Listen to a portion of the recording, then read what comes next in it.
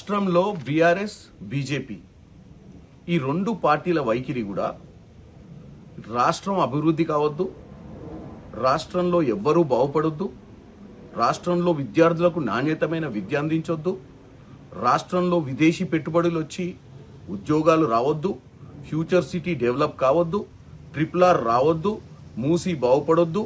ఈ అంశాల మీదనే ఈ రెండు పార్టీలు బీఆర్ఎస్ బీజేపీ వైఖరి ఉంది.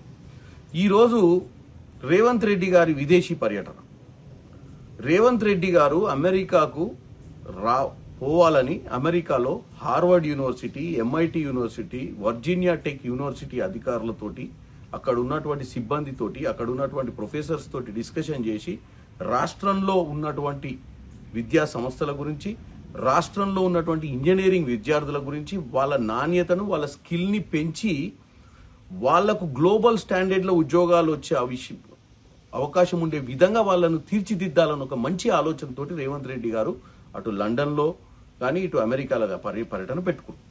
ఈ పర్యటన మీద అటు బీజేపీ అధ్యక్షుడు రామచంద్రరావు గారైనా, పోతే మన ధర్మపురి అరవింద్ గారైనా, లేదా రఘునందన్ రావు గారైనా వీళ్ళు ఏం మాట్లాడిర్రు మీరు ఒకసారి చూస్తే ఏదో మాట్లాడాలని, కాంగ్రెస్ని తప్పు పట్టాలన్న ఉద్దేశంతో మాట్లాడినట్టుగా క్లియర్గా కనపడుతుంది. ఎందుకంటే మొదట్లో ఏమన్నారు, అసలు మేము అడ్డుకోలేదు, ఆయనకి రాష్ట్రంలో సమస్యలు ఉన్నాయి కాబట్టి, ఈ రాష్ట్రంలో కాంగ్రెస్ పార్టీల పంచాయతీలు అవుతున్నాయి కాబట్టి వెనుకకు వస్తుందని చెప్పి ఫస్ట్ స్టేట్మెంట్ ఇచ్చారు. అంటే వాళ్ళకు minister of external affairs statement ఇచ్చిన దాకా కూడా తెలియదు రేవంత్ రెడ్డి గారు ఎందుకు వెనుకకు వస్తున్నారు.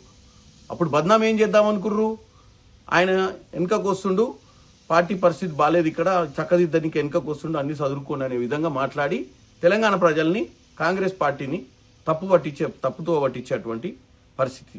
ఎందుకంటే కాంగ్రెస్ పార్టీ గురించి తప్పుగా మాట్లాడి.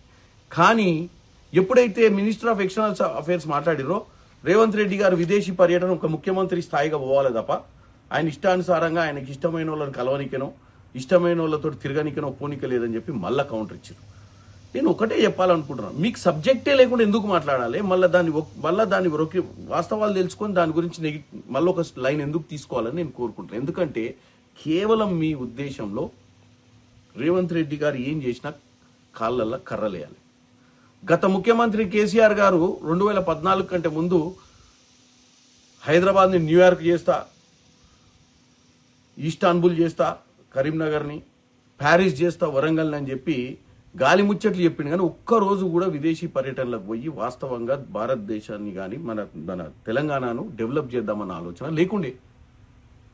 ఇప్పుడున్న ముఖ్యమంత్రికి రాష్ట్రంలో 2.5 సంవత్సరాలు 3 సంవత్సరాల అధికారంలోకి వచ్చిన తర్వాత వాస్తవాలన్నీ తెలుసుకుంటూ మంచి నాణ్యతమైన విద్యను అందియాలని కోరుకుంటున్నటువంటి ముఖ్యమంత్రిని అడ్డుకునే ప్రయత్నం, ఈ రాష్ట్రంలో ఎట్టి పరిస్థితుల్లో కాంగ్రెస్ అధికారంలోకి రావద్దు, కాంగ్రెస్ ఏదైనా చేస్తే అడ్డుకోవాలని నేను ముఖ్యంగా 2 మంత్రులను అడుగుతున్నా, బండి సంజయ్ గారిని, కిషన్ రెడ్డి గారిని.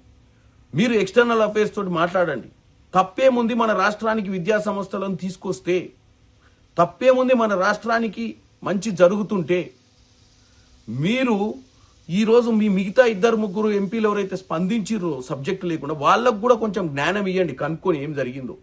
ఇటు సబ్జెక్టు లేకుండా మాట్లాడటం ఒకటి, రాష్ట్ర భవిష్యత్తు, రాష్ట్ర ప్రజల మంచి కోసం పనిచేస్తుంటే కూడా దాన్ని తప్పుతో పట్టించి దాని ప్రజలకు ముఖ్యమంత్రి రేవంత్ రెడ్డి గారి చేస్తున్నటువంటి కార్యక్రమాలు ప్రజల్లోకి రాంగ్గా తీసుకోవాలన్న ఉద్దేశాన్ని మీరు ఖండించాలని వాళ్ళిద్దరిని కోరుకుంటున్నాం.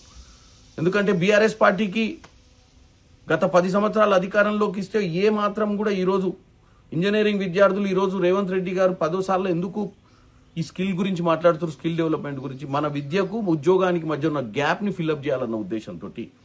కాబట్టి తెలంగాణ ప్రజలు అర్థం చేసుకోండి, ఈ 2 పార్టీలకు కూడా కేవలం ఈ కాంగ్రెస్ మంచి పనులు చేయొద్దని, కాంగ్రెస్ ఏ పని చేసినా దాని గురించి నెగిటివ్ ప్రచారం చేయాలని, ఏం సబ్జెక్ట్ లేకుండా వచ్చి తొందరపడి మాట్లాడే ప్రయత్నం చేస్తున్నట్టుగా తెలుస్తుంది.